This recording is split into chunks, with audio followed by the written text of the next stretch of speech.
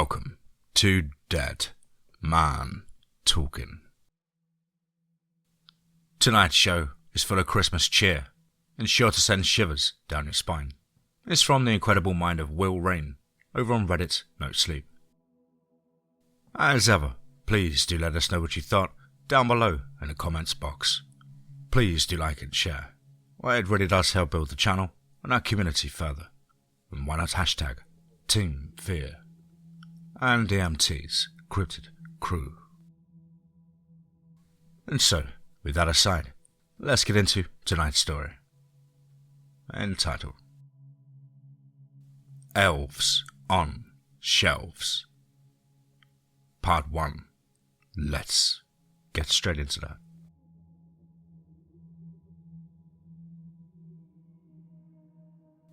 $60, I exclaimed, staring at my phone as I thought it had just insulted me. Huh? Beth asked from beside me. Damn elf on the shelf. Seriously? My wife questioned. We already had a Christmas list as long as my arm, between our parents, nieces and nephews, and our darling baby girl Lily, named after Harry Potter's mother. She had just turned 5 in August, and she had talked about that damn elf for the past 3 weeks straight.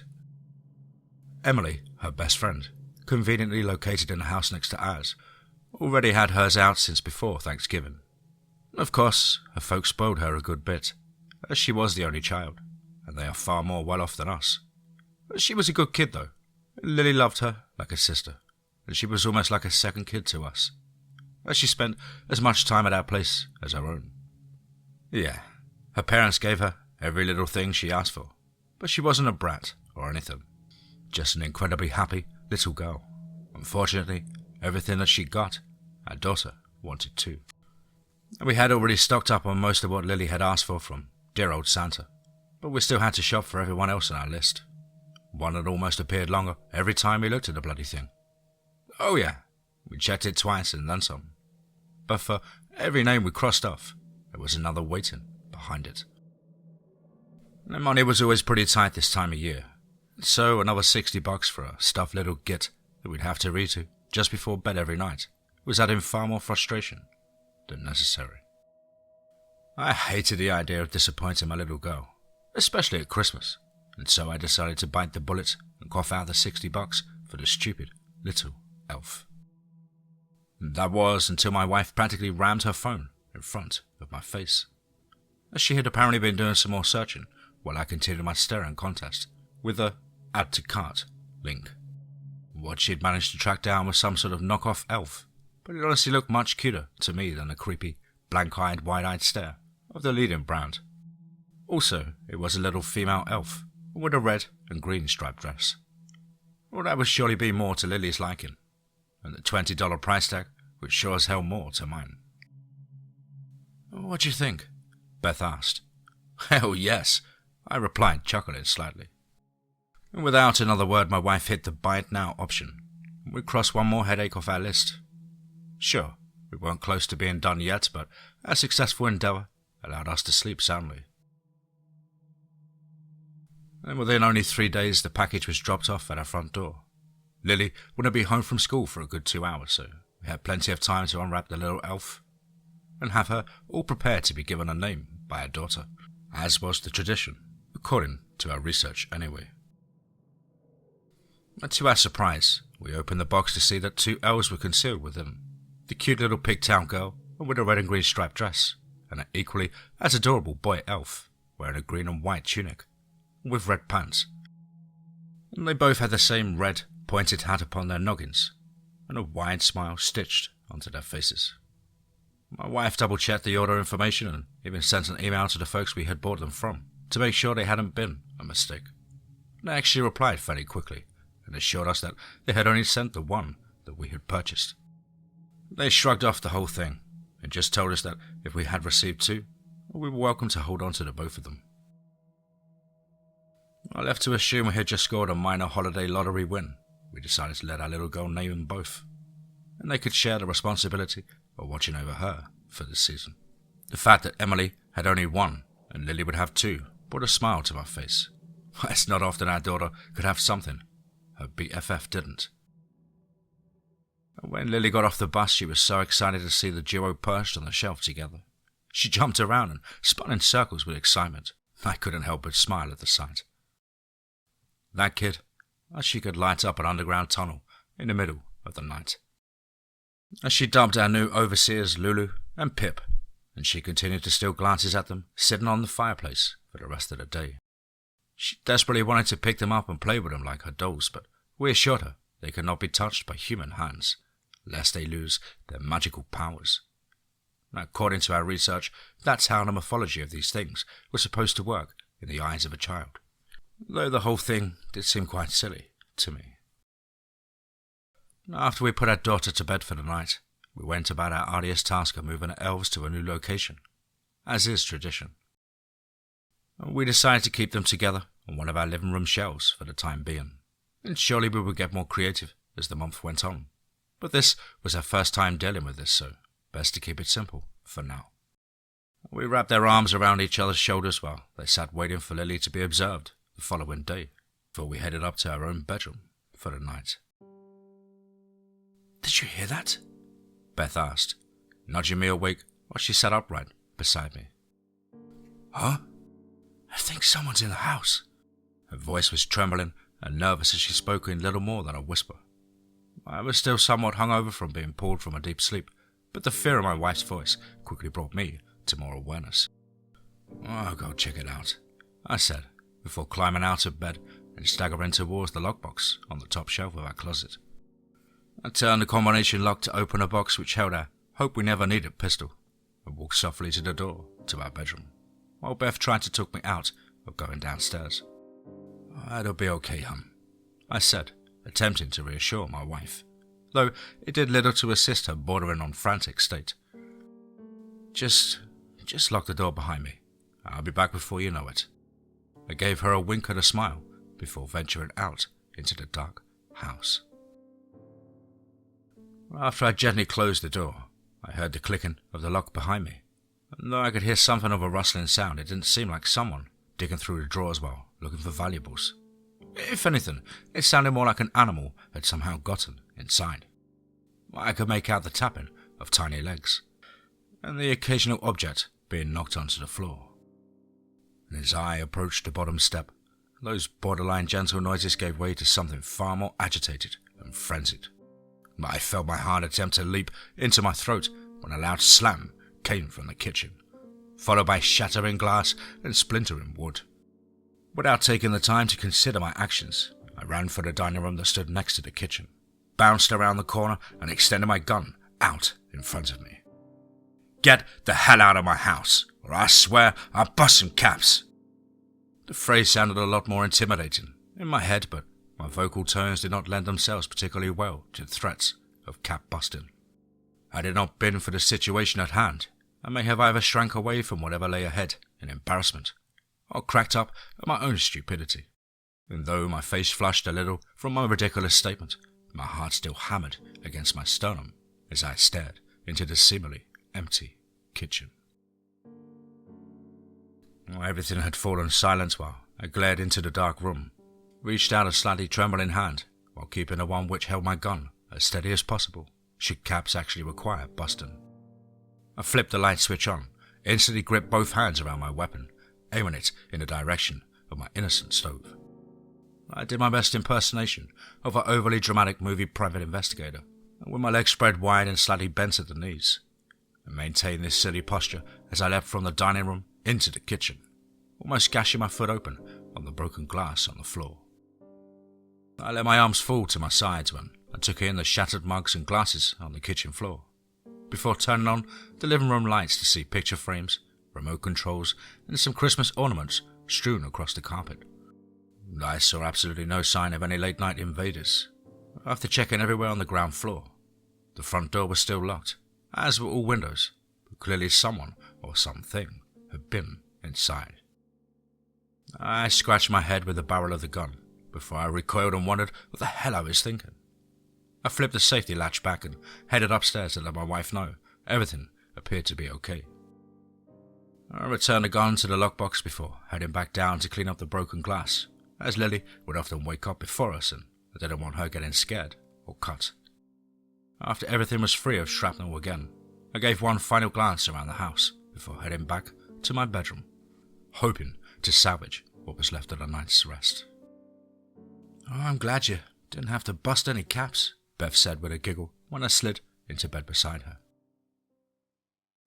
By the time I finally dragged myself out of bed the following morning, I staggered down the steps to find Beth and Lily wearing similarly puzzled expressions. "Are they mad at each other?"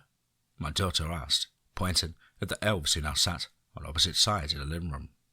Not only were neither of them perched where we had left them the previous night, but they were each on shelves at opposite sides of the room, and with their backs faced away from one another. I looked at my wife, feeling my confused expression was similar to the one she wore, while Lily appeared to be a little sad. "Did they have a fight?" she asked, looking up at me with her adorable big brown eyes, shimmering with burgeoning tears. "No, baby girl. I'm sure they just want to be able to look around a bit while they're visiting," I said, crouching down to look my little girl in the face.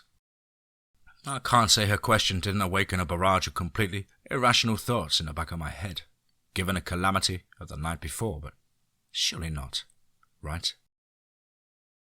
I just stared at the two brandy-coloured little elves as they blankly gazed in opposite directions. I couldn't quite figure out how or why they had moved from the spot we had left them, and I started to question my daughter if she had broken the sacred rules of the North Pole and played with the two. But I truly was not in a mood to interrogate my child over something so trivial, and so I just pushed it to the back room in my mind and went in about my day like any other before. After putting Lily to bed that night, giving her ample time to actually fall asleep, Beth and I made the silent decision to keep the two elves separated. Whether our little girl had indeed moved the two, or some nefarious villain had broken into our home to smash some things and play a practical joke on us before relocating our elves and locking the door behind them, we thought it was best to just go with it. We discussed the possibility that our daughter may have developed the same need to sleepwalk as my wife had in her childhood, but either way, we were not going to lose sleep over it. We planted the girl elf on the mantel and had the boy peering out from the Christmas tree. Nothing fancy or especially inventive, but good enough, we thought. Before laying down to sleep that night, while making a few visits to Lily's room to ensure that she was sleeping soundly. After I was content that everything was settled and well, I finally lay my weary head to rest. I was entertaining quite the bizarre dream, featuring our two little plush elves performing a delicately choreographed assortment of parkour tricks around our living room, when a loud bang jerked me from my slumber. I practically leapt from the bed when the sound echoed from the ground floor, and while my wife sat up straight beside me once more. Without a word to each other, I ran out of the room, not taking the time to unlock the gun, as my rational mind was still of the belief that Lily was likely sleepily staggering around downstairs. I flipped every light switch I passed on the way to the living room, prepared to see my daughter by the Christmas tree or mantel, but I saw no signs of anyone once again. Though there was no visible evidence of an intruder, besides the tree that now lay sideways on the floor and the bookshelf tipped over beside the fireplace, it was what I heard that sent shivers up my spine. It was like a series of quick and tiny sprinting footsteps, accompanied by the giggling of something childlike. I could not deny the sounds were beyond eerie, and my investigation had grown dramatically slower in my pursuit of whatever was wreaking havoc for the second night in a row. I could not see the little boy elf in the tree that lay on its side, nor the little girl on the mantel anymore either. I was not exactly willing to allow myself to believe that these two stuffed little ragdolls were in fact sentient, and had rampaged the kitchen during a theoretical spat that led them to opposite sides of the living room. The night before, I can't deny, I had a bit of the willies about the whole thing. I tiptoed my way through the dining room and to the kitchen again, but the noises ceased as soon as I left the living room. I didn't see any manner of destruction or chaos in any of the other rooms, but I also could not find the two little stuffed elves either. Even after I lifted the tree back up to its standing position, and after picking back up the ornaments scattered across the floor, I raised the bookstand back up, still finding no trace and my daughters would be watchers from the North Pole, by way of Amazon. And after hastily placing everything back on the shelves, I gave up my search for the night, committing myself to making up some sort of excuse to Lily in the morning. I headed back up to bed, feeling more exhausted than I had the night before. I explained everything I had seen to my wife, choosing to leave out what I heard for the time being. I didn't know if I was just hearing things, or was still halfway in a dream state, or just simply losing my damn mind, but it was enough to urge me not to share this one little aspect of my journey downstairs. "They're not mad at each other anymore," Lily said with a beaming smile when I strolled into the living room the following morning. "What the actual Isn't it great, hon?" Beth said, interrupting the potty mouth I was about to expose to my baby girl. "Yep, totally great." In all honesty, I hated to even look at the two felt smiling faces who sat right next to each other on the mantel, despite being completely hidden from me when I searched for them only hours before.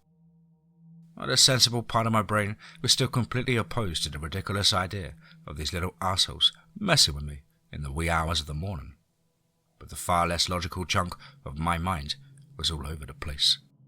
Could these glorified toys really be somehow capable of running around, putting objects of considerably more weight than them down, while rampaging through our house? Is it actually possible they were in fact sinister little pranksters we had invited into our home? Surely not. This sort of thing does not exist in the really real world. Over the course of the next week, each night having similarly disturbing and annoying wake-up calls in the late night, I had finally had enough. I knew it would break my baby girl's heart, but I had to be rid of the damn plush and brightly coloured grinning demons, or whatever the hell they were. Once Lily was asleep, I told Beth I would just be a few minutes behind her, while we decided to turn in for the night. I gave her a quick kiss before she headed up the steps. As soon as our bedroom door closed behind her, I snatched up the dastardly elves and tossed them into a plastic grocery bag and carried them out to the garbage can. I breathed a sigh of relief when I closed the lid and strolled back into my home with a smile on my face. I locked the front door once more and headed to sleep beside my lovely wife. I knew I'd have to come up with some sort of excuse to explain the missing Santa Claus appointed watchers in the morning. But for the time being, I felt more relaxed than I had since the beginning of the month. That was until yet another slam broke me from my slumber, again sending me downstairs to investigate. After a quick search, I was surprised to find absolutely nothing out of sorts. No elves, no shattered debris, just a peacefully empty house, as I had left it before hitting the sack. I convinced myself it was just a dream this time, checked the door one last time, and made my way up the stairs to hopefully sleep uninterrupted for the remainder of the night. And though the rest of the night had been uneventful, I felt my heart leap into my throat when I approached the living room that morning to find my beautiful daughter staring wide-eyed at the two sinister elves having somehow found their way back into the house. They just sat there, innocently, on top of the bookshelf. I couldn't wrap my mind around it. How in the hell had they gotten back inside? Was the slam that awoke me several hours before, be the little devils breaking back into the house? I felt my sanity slipping away as I glared at the little faces whose smiles appeared to be mocking me, while I locked eyes with their lifeless, felt pupils.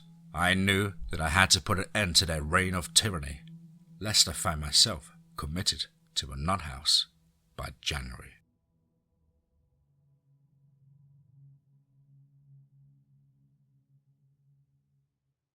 Elves on Shelves. The finale. Let's get straight into that.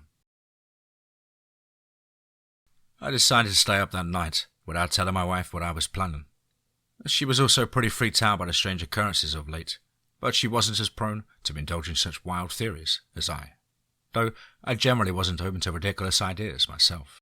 Perhaps it was just that too many sleepless nights had left rationality out on the front lawn beside the garbage can. Maybe I was actually losing track of my marbles at this point.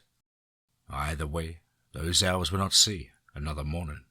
Not if I could help it. I assured Beth that I just wanted to sleep in the living room that night to keep an eye on things, while trying to catch whatever had been playing games with us the last couple of weeks. She appeared a little sad that I would not be joining her in bed, but I told her it would just be for one night, and I'll be back beside her tomorrow. She shrugged and bid me good night before giving me a kiss and heading upstairs, just as she had the night before. In a strange way, I felt like some sort of movie villain, deceiving the woman I loved to hide the murders I planned to commit after everyone else was asleep. I could picture myself wringing my fingers while cackling with mad laughter after the lights went out, but thankfully that was just in my head, I think. And we hadn't bothered staging the elves in a new spot, as they were never where we'd left them by the morning. And I stared up at the two, who were still perched on top of the bookshelf they had knocked over to the floor some days back, and with malicious intent in my gaze. Oh yes, they will be facing a reckoning this night. No longer would they be allowed to dwell within my home, leaving chaos and terror in their wake. This ends tonight. Another phrase that sounded better in my head than it did while giving the stink eye to a couple of stuffed dolls as I sat alone in my darkened living room. And once I was sure my wife and daughter were sleeping soundly, I crept over to the shelf, not shifting my eyes from my waiting prey.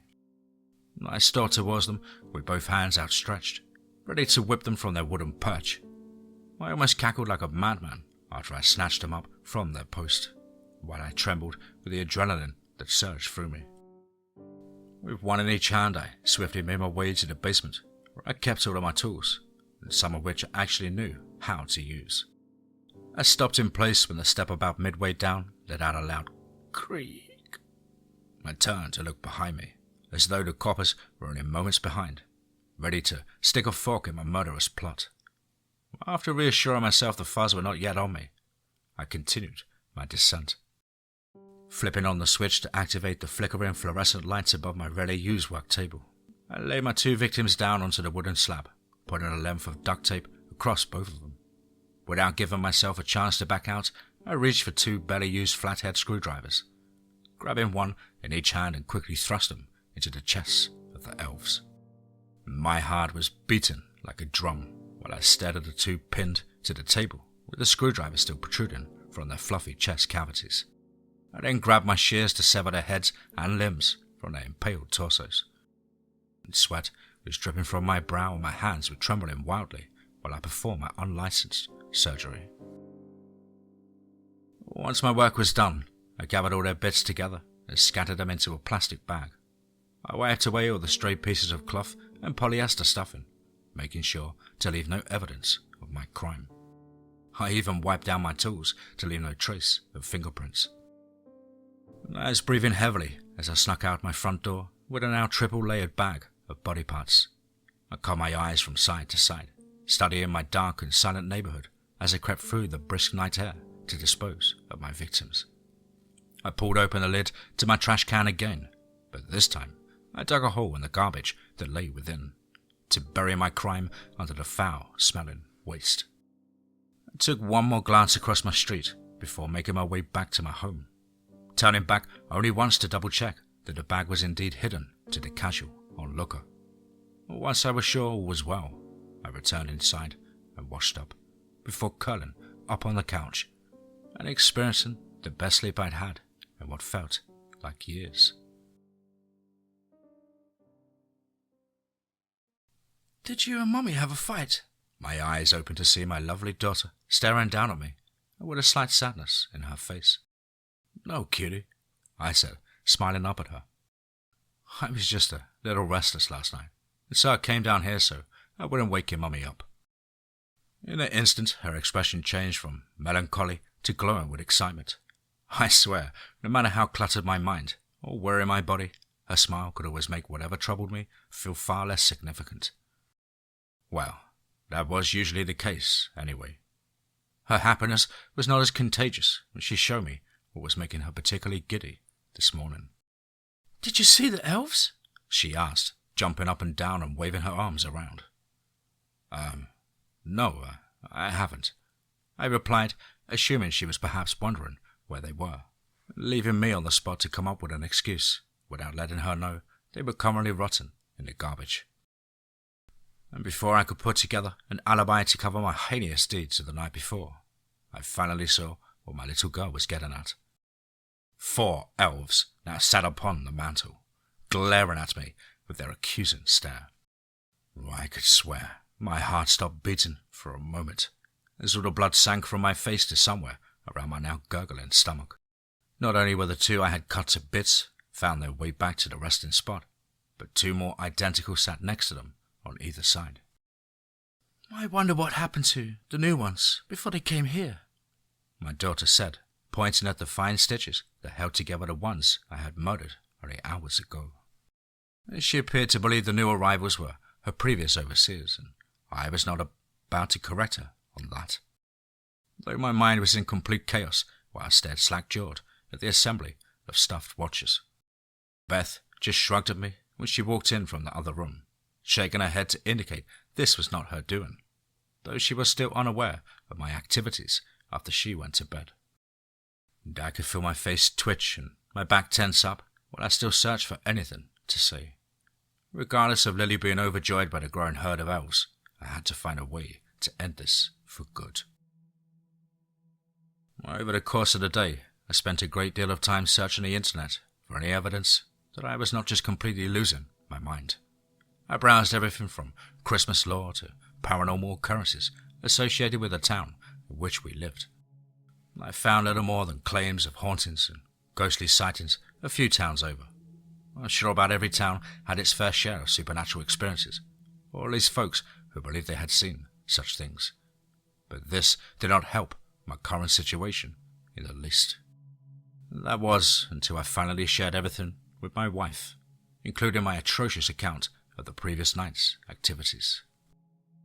She laughed harder than she had in years after I made my confession, but her laughter gave way to more concern when she investigated the now stitched-together dolls perched on the mantel. She could tell that I was being truthful about everything I had said after we talked a good deal more, and she too became worried about what could actually be going on in our home. We puzzled over any enemies we may have made over the years who could be playing such a bizarre practical joke on us, but we had none that we could think of. And finally, we decided to look into hiring some sort of investigator, though many who claimed to look into the stranger occurrences the world had to offer often seemed less than genuine in their motivations. We knew the police would not remotely take us seriously, and so, after a few more hours of scouring the internet, we narrowed down a few agencies within our home state and began making some calls.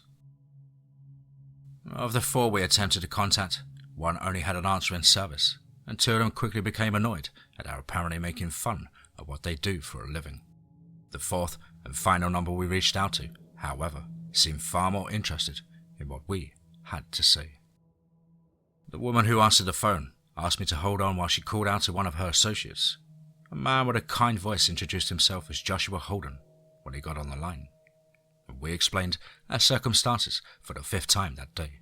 After a little back and forth, the man asked for just a little while to do some research, but it sounded as though he had at least somewhat of an idea what we were dealing with. I hung up the phone with the assurance that I would expect a call back within a few hours. While I waited, I tried everything I could to find distractions from the lifeless stare of the quartet of smiling felt faces glaring at me from the mantel. I spent a little while playing games with Lily, while my subconscious was putting together a plan to send the pointy-eared dolls to a fiery grave that night, should I not hear anything of use by the day's end. I found it difficult to focus on anything while I felt the 8 tiny eyes cutting through the back of my head, even when I didn't share the same room as them. And every now and then, I could swear I heard miniature legs scampering from behind me. I was sure I saw something moving quickly out the corner of my eye more than once, but every time I turned to see, absolutely nothing there. Plus, the elves had not moved from their post at all. Not that I could tell, anyway. After a few hours, the phone rang with my newly formed supernaturally knowledgeable contact on the other end. He informed me that it was quite unlikely that our little stuffed elves indeed harbored any sort of life, and what we were more likely dealing with was a kobold or troll, though they were more often found in Germany and the Shetland Islands, respectively, and he suggested that we may have in fact been housing them for quite some time, but that they may have been insulted by us bringing the pointy-eared dolls into our home, seeing it as an insult or a mockery.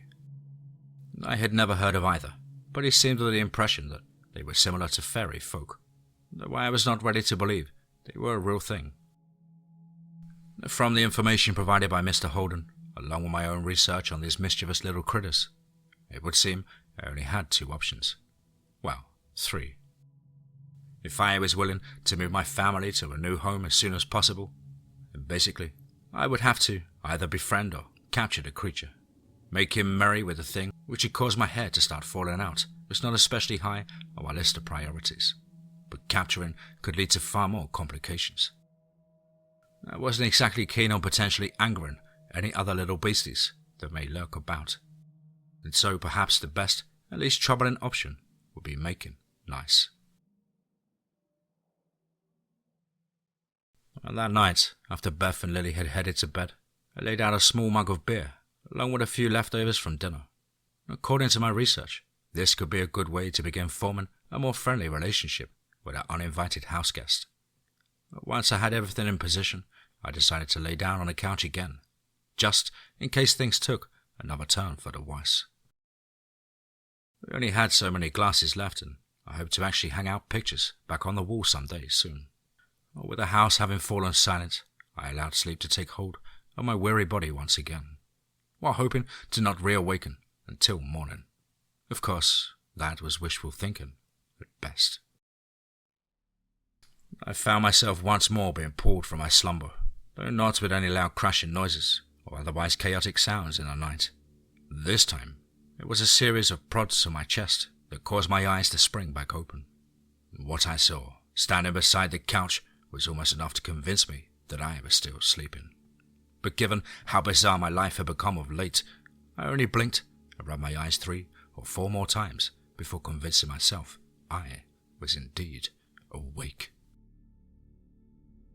It was maybe 3 foot tall, and with reddish-orange skin, a long, wide nose and pointed ears which poked out to the sides of his head.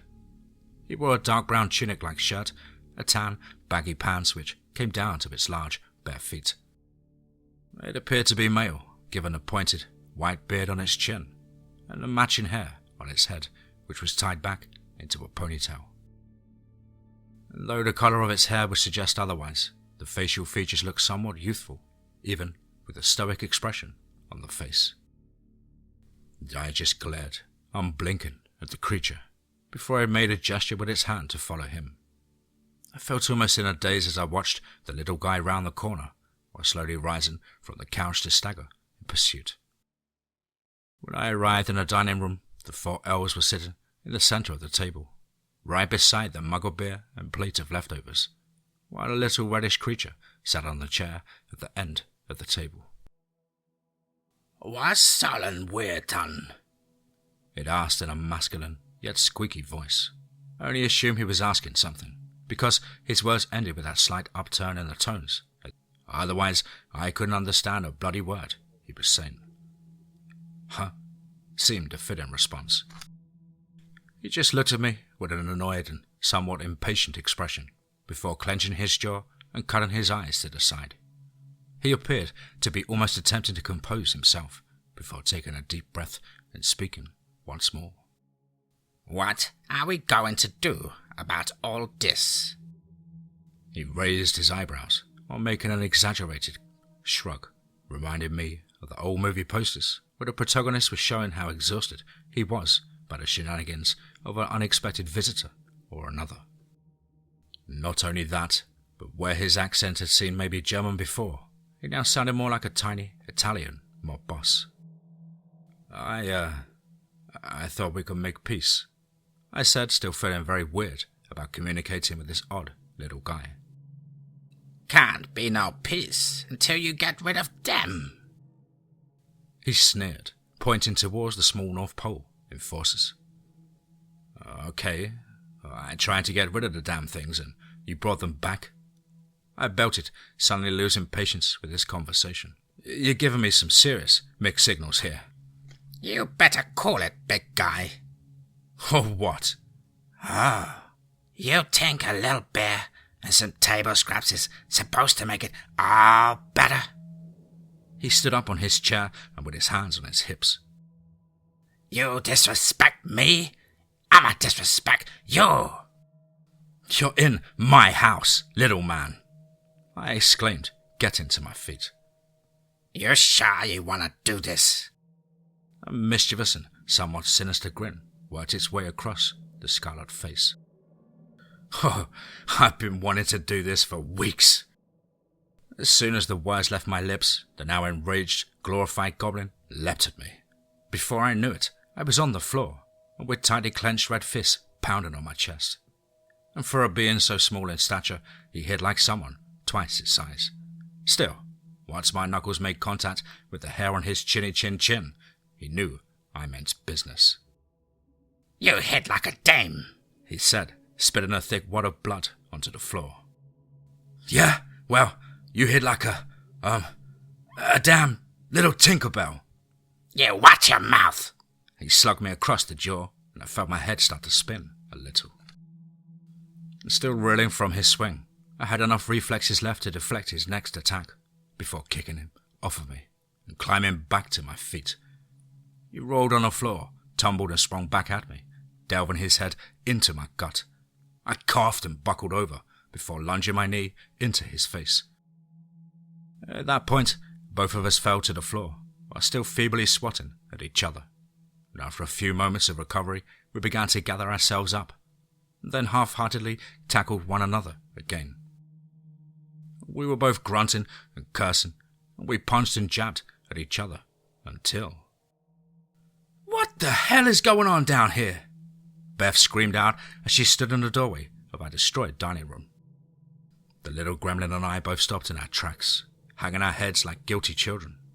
I rubbed the back of my neck while the red critter idly kicked at his heels. Is that what's been causing all this ruckus lately? My wife asked, pointing at my opponent. Everything confrontational and confident faded away from the little fellow's face, and he appeared downright embarrassed, as did I.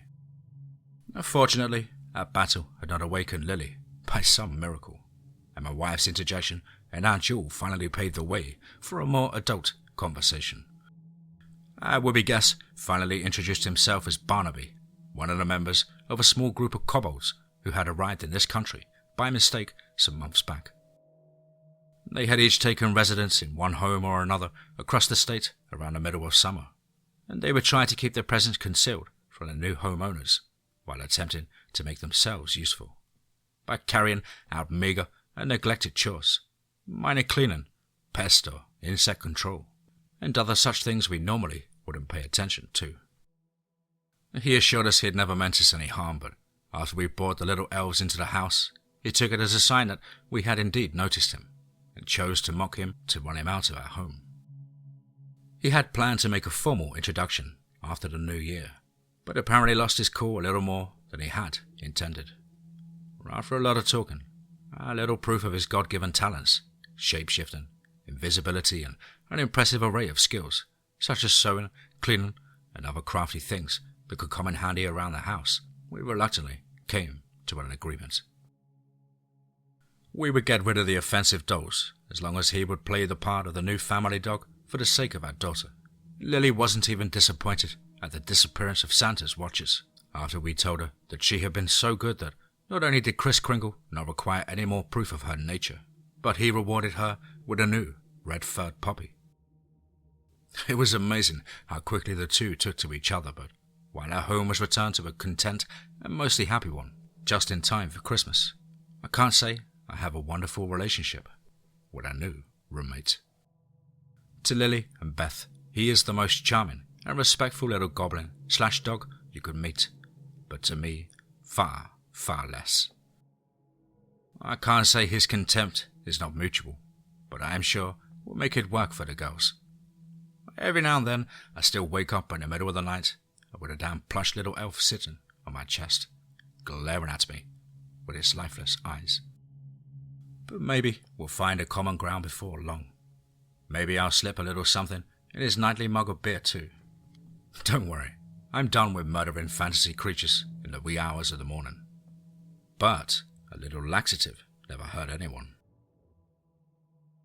Just keep an ear out for those strange noises in the night this holiday season.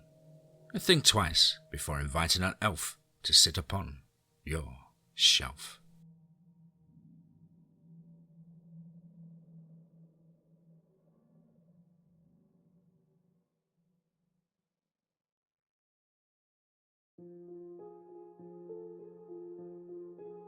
Wow, wow, wow, wow, wow, wow, wow, wow, wow, another one, wow. What an absolutely fantastic, Christmassy, cheerful and chilling story, all at once from the incredible mind of WillRayne, over on Reddit, No Sleep. A huge thank you to you, Will, for allowing me to narrate your work once again on the show. This definitely stood out as one of the best seasonal type of stories that I've come across over on Reddit. Just the right amount of chill and just the right amount of comedy as well. Great stuff. Happy Christmas, brother, and I hope you have a fantastic time with friends and family. Well, guys and girls as ever, you know the drill. Please do let us know what you thought down below in the comments box. Please do like and share. Well, it really does help build the channel and our community further. And why not hashtag TeamFEAR and DMT's Cryptid Crew. If you're an aspiring writer or would just like to have a crack at things like myself, then please do get in touch with me at the contact email, which is as on screen. contactthedeadone@gmail.com. I really look forward to hearing from you. Lots and lots in store for you guys over the festive season and the coming week as we lead our way up to New Year's Eve. As ever, a huge thank you for all your likes, your shares, your incredible comments. It really does mean so much to me. And of course, an enormous Merry Christmas to each and every one of you and your families. Much love and respect, guys. But above all, remember, be safe, not sorry.